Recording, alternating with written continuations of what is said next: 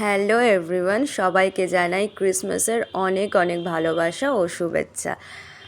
দিনটা ছিল 24 ডিসেম্বর আর আমি চলে গিয়েছিলাম পার্ক স্ট্রিট অভির সাথে ঘুরতে।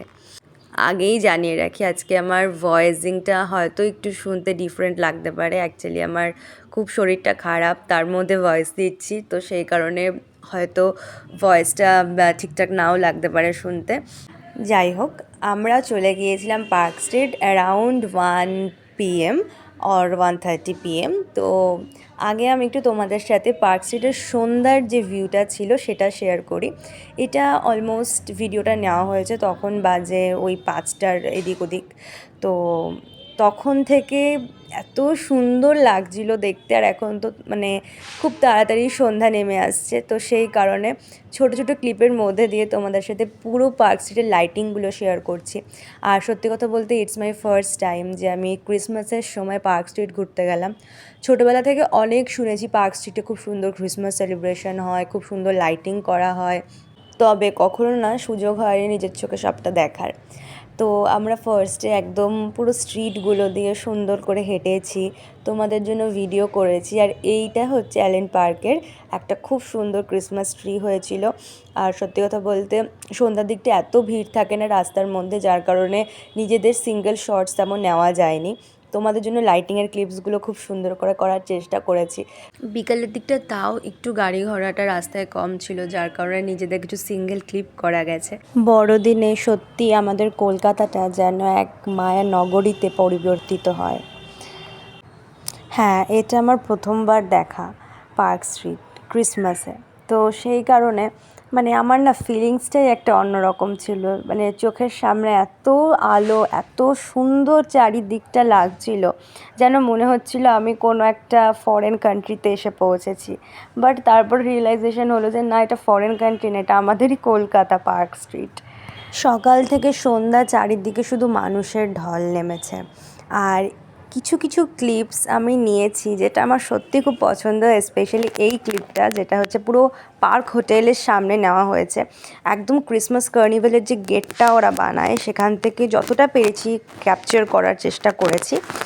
আর উপর দিয়ে এত সুন্দর করে টুনিগুলো দেওয়া ছিল, মানে কি বলবো, অদ্ভুত লাগছিল, অদ্ভুত লাগছিল শুধু। সকাল থেকে সন্ধ্যা যখনই নামলো, মানে চোখের সামনে না গোটা দুনিয়াটা যেন বদলে গেল পার্ক স্ট্রিটের। ওই ছোট ছোট তারার যে লাইটগুলো চকচক চকচক করছে, লাইটগুলো ব্লিঙ্ক করছে, দেখতেই যেন একটা অন্য রকম লাগছিল। আর সত্যি কথা বলতে আমার না ক্রিসমাস ফেস্টিভ্যালটা কিন্তু খুব প্রিয় একটা ফেস্টিভ্যাল, যার কারণে আমার সবসময় ইচ্ছা হয় এরকমই যে ক্রিসমাসের সময় এমনই কোথাও ঘুরতে যাব যে জায়গাটা ক্রিসমাসটা খুব বড় করে সেলিব্রেট করা হয়। আর আমাদের এই সব চত্বরে, মানে আমি যে দিকটাতে থাকি ওই দিকটাতে ক্রিসমাসের খুব যে বড় উদযাপন কোথাও হয় না। তো সেই কারণে আমার পার্ক স্ট্রিটটা ফার্স্ট অফ অল দেখে এত সুন্দর লাগলো, মানে কি বলবো।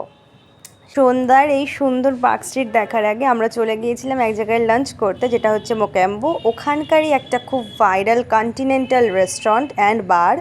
অলমোস্ট 1 ঘন্টা লাইন দেওয়ার পর আমরা জায়গা পেয়েছিলাম ফাইনালি এখানে বসার, বিকজ 24 ডিসেম্বর ছিল, পরের দিনই ছিল বড়দিন, যার কারণে অস্বাভাবিক ভিড় ছিল সেদিন, মানুষের ঢল নেমেছিল। তো সেই কারণে অনেকক্ষণ ওয়েটিংয়ের পর আমরা ঢুকলাম। ভেতরের ইন্টেরিয়ারটা যে কী সুন্দর তোমাদেরকে বলে বোঝাতে পারবো না। আর আমি ফার্স্ট টাইম না নানান ধরনের নতুন কন্টিনেন্টাল ডিশ ট্রাই করলাম। আমি সবসময় ইন্ডিয়ান, চাইনিজ, তন্দুর, সাউথ ইন্ডিয়ান এগুলো কিন্তু খেয়েছি, but for the first time continental dish আমি ট্রাই করলাম। তো এই রেস্টুরেন্টটা আমার আর অভির অনেক দিনের যাওয়ার ইচ্ছা ছিল, বাট একটু কোনো ভালো অকেশন পাচ্ছিলাম না বলে এই জায়গাটা যাওয়া হয়নি।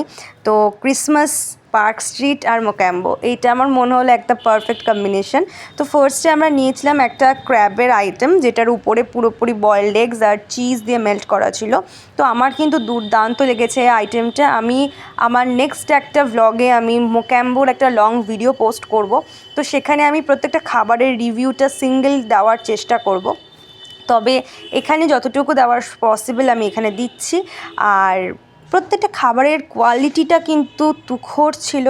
একদম ভেতরের যে ক্র্যাবের যে ফিশটা হয় ওটা একদম মানে তুলে একদম নরম চিজ দিয়ে টস্ট করা ছিল। আর এটা হচ্ছে চিকেন আলাকিফ, যেটার ভেতরে ছিল একদম মানে বাটারে ভর্তি। টেস্ট ওয়াইজ জাস্ট 100/100 লেগেছে খাবারটা আমার, দুর্দান্ত ছিল খেতে। ওর সাথে মানে যেহেতু এটা কন্টিনেন্টাল ডিশ, এটার সাথে কিছু ফ্রাইড পটেটো, পাস্তা, তারপরে কিছু পিস, ক্যারটস, এগুলো পুরোপুরি দিয়ে জিনিসটা দিয়ে অ্যাকচুয়ালি ডেকোরেট করা ছিল, গার্নিশ করা ছিল প্লেটটা। ফিশ লাসাগনা, এই লাসাগনাটা অ্যাকচুয়ালি উপর দিয়ে পুরো চিজ মেয়োনিজ দিয়ে পুরো টস্ট করা ছিল উইথ এক্সেস অফ কার্ড। আর তার সাথে ছিল mashed potato, carrots, boiled carrots and boiled peas. তো আমি না এরকম ধরনের মানে টুইস্টেড খাবারগুলো ফার্স্ট টাইম খাচ্ছি, বিকজ আমি কিন্তু সবসময় যে কন্টিনেন্টাল খেয়েছি বা কন্টিনেন্টাল প্রেফার করি তেমনটা নয়। স্পেশালি বিং আ বাঙালি, তো আমি সবসময় একটু বেঙ্গলি ডিশটাই বেশি ভালো খেতাম। বাট এইটা কিন্তু ফর দি ফার্স্ট টাইম আমার খেয়ে মনে হলো যে না, কন্টিনেন্টালটা আমারও কিন্তু বেশ ভালোই লেগেছে খেয়ে। আনকমন একটা ডিশ। তো ক্রিসমাসটা কিন্তু আমার বেশ ভালোভাবে সর্টেড হলো। তো এরপরে অভির কিছু ক্লিপস আমি তোমাদের সাথে শেয়ার করছি। ওর কিন্তু এই আলাকিফটা খেতে দারুণ লেগেছিলো, সেটা ওর এক্সপ্রেশনটা দেখেই তোমরা বুঝতে পারছো। আর আমরা 2টো প্লেট অর্ডার করেছিলাম আলাকিফের। আর মোটামুটি আমার কিন্তু এদের মানে এত সুন্দর সার্ভিস ছিল, এত সুন্দর তাদের গার্নিশিং ছিল, প্রত্যেকটা খাবারগুলো এত সুন্দর ওয়েল গার্নিশড ছিল। তো অল ওভার কিন্তু আমার দারুণ লেগেছে এই রেস্টুরেন্টটা। ভিজিট করে তোমরা যদি পার্ক স্ট্রিট যাও প্লিজ একবার ভিজিট করতে পারো।